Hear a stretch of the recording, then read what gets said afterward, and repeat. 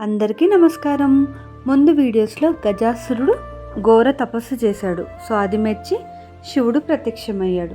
So శివుడు ప్రత్యక్షమయ్యాక ఏం చేశాడు? అందరికీ తెలిసిన కామన్ డైలాగ్, నీ తపస్సు నేను మెచ్చి తిని, నీ కోరిక ఏంటో చెప్పు తీరుస్తాను అని అన్నాడు అనమాట. అంటే మనం సినిమాలలో చూస్తాం కదా అలా.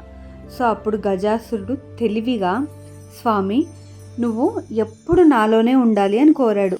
ఎందుకంటే ముల్లోకాలను ఏలే స్వామి తన కడుపులో ఉంటే ఎవరు తనను ఏమీ చేయలేరు అని గజాసురుడి ఆలోచన.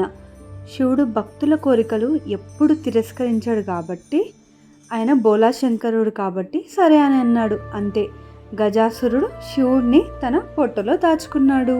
ముల్లోకాలను ఏలే స్వామి తన పొట్టలోకి వెళ్ళాడంటే ముందు ముందు ఏం జరిగిందో అన్ని విషయాలు తెలుసుకోవడానికి మిగతా వీడియోస్ చూడండి.